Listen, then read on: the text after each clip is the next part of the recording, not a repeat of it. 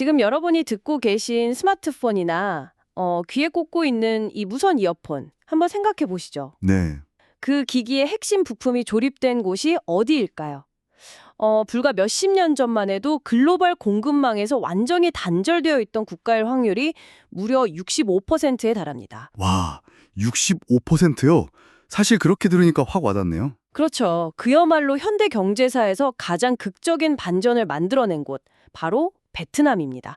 배움을 즐기는 당신 환영합니다. 반갑습니다. 오늘 이 흥미로운 자료에 대한 깊은 탐구에서는요, 2020년 4월에 작성된 가장 뜨거운 신흥시장, 그 베트남 VN30 투자 포괄 리포트의 심장부로 들어갑니다. 네, 이 리포트가 지금 시점에서 진짜 중요한 게 2025년 3분기 기준으로 베트남의 GDP 성장률이 8.23%를 기록했거든요. 8.23%? 와, 아세안 6대 경제국 중에서도 압도적인 1위잖아요. 맞습니다. 그래서 오늘의 미션은 이 거대한 성장의 숫자를 넘어서 베트남 경제의 진짜 엔진이라고 할 수 있는 이 VN30가 여러분의 지식 포트폴리오에 어떤 구조적 통찰을 줄 수 있는지 발굴해내는 겁니다. 자, 이걸 한번 풀어보죠. 전체 경제가 막 8%대로 팽창하고 있다면 자연스럽게 그 성장을 최전선에서 견인하는 기업들의 실체가 좀 궁금해지거든요. 당연하죠. 경제의 거시적인 성장은 결국 미시적인 기업들의 톱니바퀴가 막 맞물려 돌아간 결과니까요. 그 중심에 있는 게 바로 이 VN30 지수입니다. 호치민 증권거래소에 상장된 수백 개의 기업 중에 이제 시가총액이랑 유동성을 기준으로 최상위 30개만 추려낸 거잖아요. 네, 딱 핵심만 모아둔 거죠. 저는 사실 이 VN30를 베트남 증시의 VIP룸이라고 부르고 싶더라고요. 아, VIP룸이요. 비유가 아주 찰떡이네요. 단 30개 기업이 전체 베트남 증시 시가총액의 약 80%를 독식하고 있거든요. 그러니까요. 국가 전체 부와 자본이 집중되는 아주 프라이베이트한 공간인 셈이죠. 네네. 근데 데이터를 보면서 제가 굉장히 놀랐던 건 이 VIP룸의 입장료, 즉 밸류에이션이었습니다. 네, 어떤 점이 놀라우셨죠? 아니 보통 막 8%씩 폭발적으로 성장하는 국가의 최상위 기업들이라면 주식시장에서 엄청난 프리미엄이 붙어 있어야 정상 아닌가요? 아, 그렇죠. 여기서 흥미로운 점은 베트남 시장이 보여주는 그 밸류에이션의 역설입니다. 2025년 8월 기준으로 이 VN30 지수의 P, 그러니까 주가 수익 비율이 13.9배 수준이거든요. 13.9배라면 과거 5년 동안의 역사적 평균인 13.4배랑 거의 차이가 없는 거잖아요. 맞습니다. 게다가 바른 신흥국 시장 평균이 14대라는 걸 감안하면요. 그럼 아세안에서 가장 빠른 속도로 성장하는 톱티어 기업들인데도 불구하고 가격표는 주변 신흥국들보다 오히려 더 저렴하다는 결론이 나오네요. 그러니까요. 그 모순이 바로 이 투자 리포트들이 VN30에 주목하는 첫 번째 이유입니다. 오, 흥미롭네요. 이 VN30의 명단을 구체적으로 들여다보면 그 규모에 또 한 번 놀라게 되는데요. 가장 먼저 눈에 띄는 기업은 단연 빈그룹입니다. 아, 빈그룹. 베트남의 삼성으로 불리는 곳이죠. 네, 맞습니다. 티커명 VIC와 VHM으로 분리 상장된 이 거대 기업은 시가총액만 무려 425억 달러에 달합니다. 와, 425억 달러요. 빈그룹 비즈니스 모델을 보면 그냥 덩치만 큰 게 아니라 막 베트남 사람들의 생애주기 전체를 장악하고 있다는 느낌이 들더라고요. 네, 어떤 면에서 그렇죠? 처음엔 부동산 개발로 막대한 자본을 축적하더니 쇼핑몰 짓고 호텔, 병원, 학교까지 세웠잖아요. 그리고 이제는 빈패스트로 전기차 시장에 뛰어들고 빈스마트로 스마트폰까지 제조하고 있으니까요. 네네. 거의 모든 산업에다 발을 걸치고 있죠. 이게 약간 신흥국 특유의 문어발식 확장이라고 볼 수도 있는데 인프라가 부족한 국가에서는 이런 거대 자본이 오히려 산업뼈대를 빠르게 세우는 역할을 하기도 하잖아요. 맞아요. 기업이 국가의 인프라 자체를 대체해버리는 현상이죠. 그런데 시가총액 상위 10개 종목을 좀 더 깊숙이 분석해보면요. 네. 빈그룹이라는 이 화려한 간판 뒤에 숨어있는 진짜 지배적인 세력이 따로 드러납니다. 놀랍게도 상위 10개 종목 중에 무려 8개가 금융주거든요. 와, 8개나요? 베트남 외국 무역은행인 VCB 그리고 디지털 혁신 주도하는 VPP 같은 은행들이 다 포진해 있죠. 네, 맞습니다. 지수 전체로 봐도 은행과 부동산이 무려 40% 이상의 비중을 차지합니다. 여기서 저는 약간 배관과 비계 이 비유를 좀 쓰고 싶어요. 배관과 비계요? 네. 우리가 보통 고성장 신흥국 하면 막 거대한 공장이나 첨단 IT 기업들이 지수를 이끌 것 같잖아요. 그렇죠. 제조업이나 기술주를 떠올리기 쉽죠. 근데 실제로는 경제라는 건물을 짓기 위해서 자본을 혈관처럼 펌프질해주는 배관, 즉 금융이 필요하고요. 물리적인 공간을 세우는 비계, 그러니까 부동산이 먼저 완성되어야만 하거든요. 아, 완벽한 비유네요. 결국 VN30의 절반이 금융과 부동산이라는 건 베트남 경제가 지금 폭발적인 인프라 구축의 한복판을 지나고 있다는 증거 아닐까요? 네, 베트남의 경제 발전 단계를 정확히 짚어내셨어요. 그 배관 역할을 하는 은행들의 수익성을 보면 속도를 더 체감할 수 있는데요. 수익성이 얼마나 좋길래요? 2025년 베트남 은행들의 자기자본 이익률 ROE가 평균 17.6%에 달합니다. 네. 17.6%요? 아시아 대부분의 은행권 ROE가 보통 한 9에서 11% 사이잖아요. 맞아요. 그걸 고려하면 진짜 압도적인 수치죠. 거의 2배 가까운 마진이네요. 아니 대체 은행업에서 어떻게 이런 엄청난 이익률이 가능한 거죠? 그 메커니즘이 베트남 경제의 특수성에 있습니다.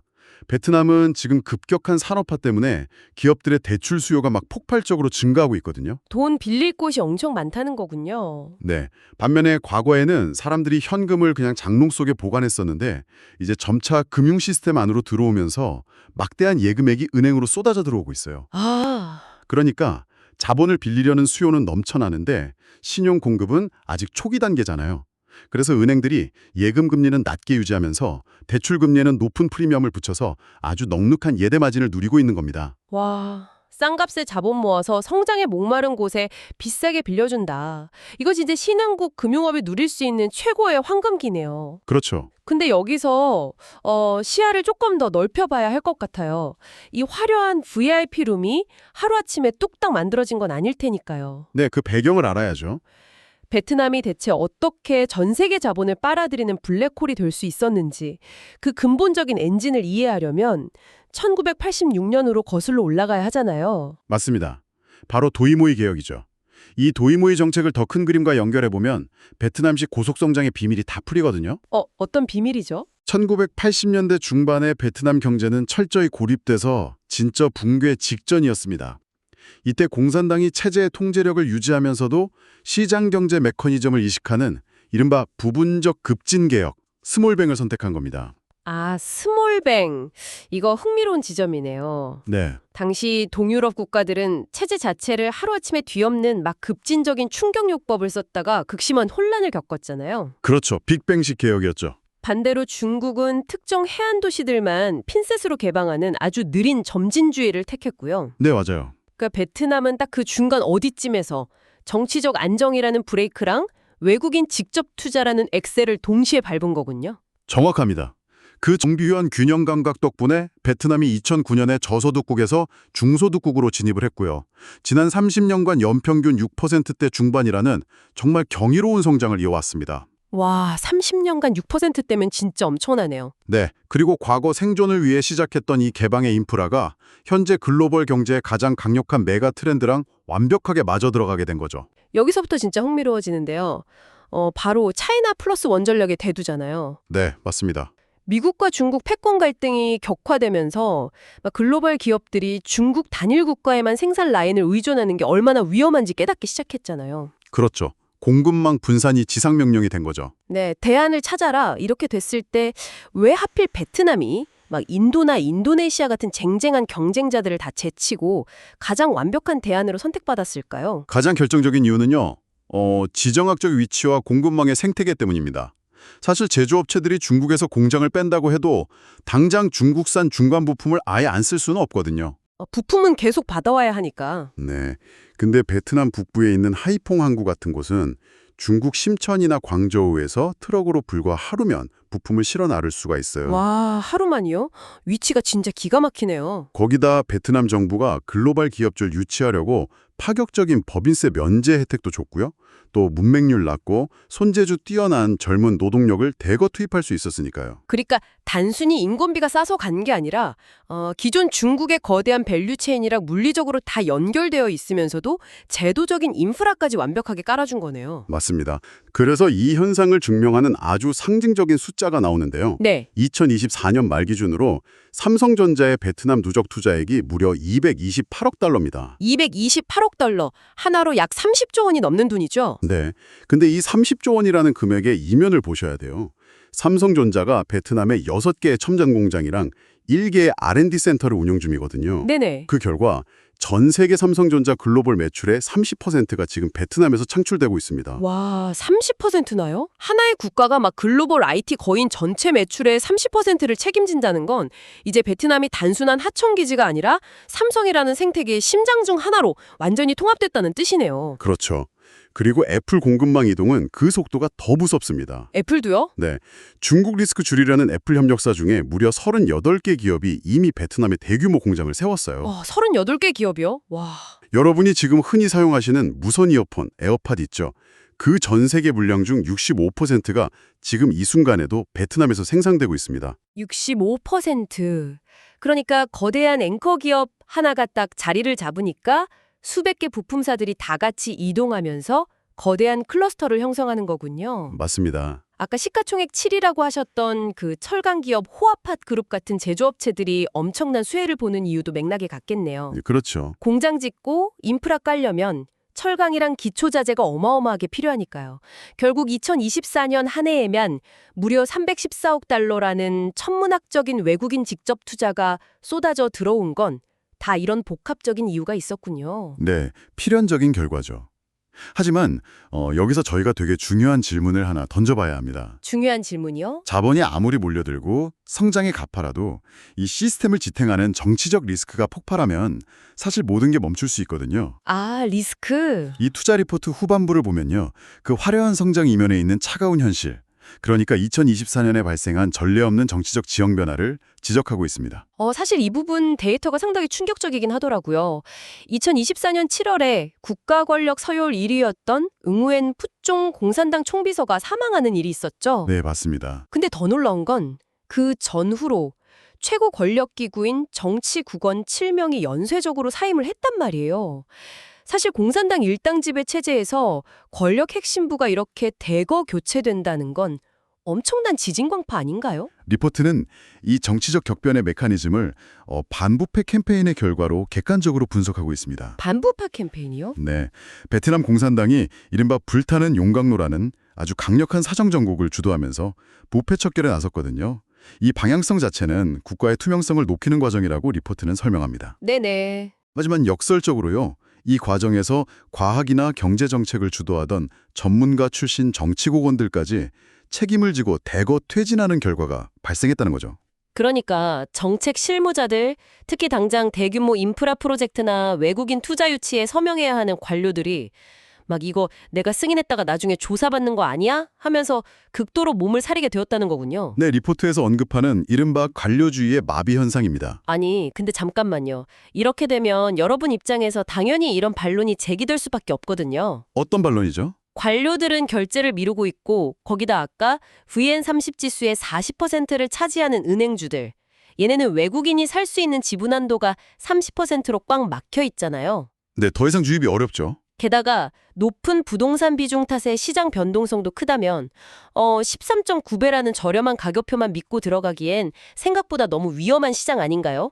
구조적으로 너무 거대한 리스크의 덫 같아요. 아주 날카로운 분석입니다. 실제로 그 관료주의적 병목 현상 때문에 단기적으로 외국인 자금이 출렁이고 변동성이 커지는 건 사실 피할 수 없는 현실이거든요. 그렇죠. 하지만 서울대 국가미래전략원의 베트남 경제안보 보고서에서 진행한 심층 수엇 분석을 보면요. 이 정치적 병목 현상이라는 리스크를 통째로 집어삼킬 만큼 아주 강력하고 거대한 물결이 하나 등장합니다. 정치적 마비를 상쇄할 만한 거대한 물결이라면 무엇을 말하는 건가요? 바로 인구 구조의 폭발력입니다. 인구 구조요? 네, 현재 베트남 인구의 중위 연령이 32세에 불과합니다. 그리고 2025년을 기점으로 총 인구가 1억 명을 돌파했죠. 아, 32세 1억 명. 근데 더 중요한 메커니즘은요. 이 젊은 1억 명의 인구가 현재 어디로 이동하고 있는가, 이 부분입니다. 인구의 물리적인 이동, 즉 도시화를 말씀하시는 거군요. 맞습니다. 보고서에 따르면 베트남의 현재 도시화율이 37% 수준인데 이게 2030년까지 44%로 아주 가파르게 상승할 전망입니다. 오, 7%포인트나 오르네요. 이게 단순한 퍼센테이지의 변화가 아닙니다. 1억 명 중 7%가 이동한다는 건요. 향후 10년 동안 무려 1,000만 명이 넘는 청년들이 농촌을 떠나 도시로 진입한다는 걸 의미하거든요. 와, 1,000만 명의 새로운 도시 인구. 여기서 아까 우리가 나눴던 비유가 딱 다시 연결이 되네요. 네, 평균 나이 32세의 젊은이 1,000만 명이 막 하노이나 호치민 같은 대도시로 몰려옵니다. 이들은 당장 잠을 잘 아파트가 필요할 테니까 건설업이 호황을 누릴 테고요. 그렇죠. 그 집을 사기 위해 생애 첫 주택담보대출을 막 받을 테니까 은행의 예대 마진은 계속 폭발하겠네요. 게다가 에어컨 사고, 냉장고 사고, 자동차 사들이면서 거대한 소비의 소용돌이를 만들어내겠죠. 완벽합니다.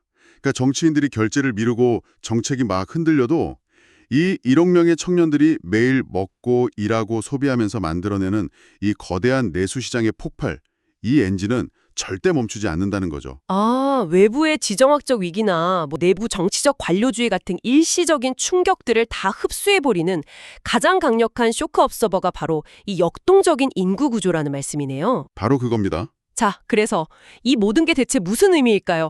여러분의 관점에서 이 방대한 자료를 어떻게 소화해야 할지 한번 정리를 해보자면요. 네, 베트남 VN350DC는 단순히 주식 30개를 모아놓은 바구니가 아닙니다. 단기적으로는 부동산 시장 변동성, 외국인 투자 한도 제한, 정치 권력 교체 때문에 분명히 거칠게 흔들릴 수 있죠. 네, 리스크가 분명 존재하죠. 하지만 거시적인 렌즈를 끼고 보면 완전히 그림이 달라집니다. 주변국보다 저렴한 13배 수준의 밸류에이션, 또 차이나 플러스 원의 최대 수혜국이라는 구조적 이점, 네네. 거기다 1,000만 명 인구가 새롭게 도시로 밀려들며 만들어내는 거대한 내수 시장까지 이 삼박자가 지금 맞물려 돌아가고 있는 거잖아요. 맞습니다. 결국 베트남 시장은 1, 2년 짧은 트레이딩보다는 3년에서 5년 이상 긴 호흡으로 그 국가가 진화하는 과정을 함께 타는 멘탈 모델이 필요한 것 같아요. 정확합니다. 그래서 개별 국영기업의 리스크나 정책 지연을 피하기 위해 AC 베트남 VN30 같은 ETF로 VIP룸 전체에 분산 투자를 해놓고 이 도시와의 물결을 온전히 누리는 전략이 아주 합리적인 선택이 될 수 있겠네요. 거시적 경제 변수랑 미시적인 투자 전략을 완벽하게 관통하는 요약이네요.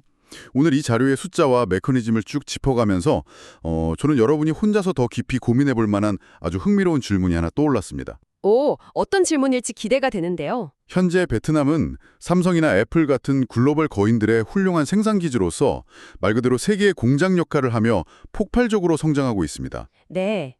하지만 이 인구 1억 명의 거대한 도시화가 완료되고요. 중유연령 32세 젊은이들이 단순 노동자를 넘어서 아주 강력한 구매력을 가진 소비자로 각성하게 되었을 때를 한번 상상해 보십시오. 아, 소비자로의 각성. 과연 베트남은 누군가의 제품을 대신 조립해주는 하청 공장을 넘어서 그 자체로 아세안을 호령하는 거대한 소비제국으로 진화할 수 있을까요? 와. 만약 1억 명의 거대한 내수 시장이 진짜 폭발한다면 지금 당장 철강, 부동산, 은행으로 가득 차 있는 EVN30의 VIP룸은 10년 뒤 어떤 기업들로 채워지게 될까요? 거대한 엔터테인먼트 기업일지, 혁신적인 소프트웨어 회사일지, 아니면 아직 상상조차 못한 새로운 소비재 기업들일지 한번 상상해 보시면 좋겠습니다. 세계의 공장에서 소비제국으로의 진화라.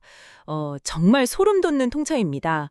처음에 베트남 8%대 성장률 볼 때는 그냥 숫자 크기에만 놀랐거든요. 그렇죠, 보통은. 근데 오늘 리포트라는 엑스레이를 통해서 내면을 들여다보니까 그 성장 이면에 도이머시라는 정치적 결단이 만든 기초 뼈대, 글로벌 공급망 재편이라는 근육, 그리고 1억령 젊은 피의 에너지가 아주 유기적으로 결합되어 있었네요. 네, 그 모든 게 맞물려 있는 거죠. 10년 뒤에 완전히 얼굴이 바뀌어 있을 베트남 증시 VIP룸을 상상해 보니까 이 역동적인 시장의 다음 챕터가 벌써부터 너무 궁금해집니다. 오늘도 여러분의 지적 호기심을 채워드릴 수 있어서 진심으로 기뻤습니다. 오늘 이 흥미로운 자료에 대한 깊은 탐구는 여기서 마칩니다. 배움을 즐기는 당신, 다음 탐구에서 또 뵙겠습니다.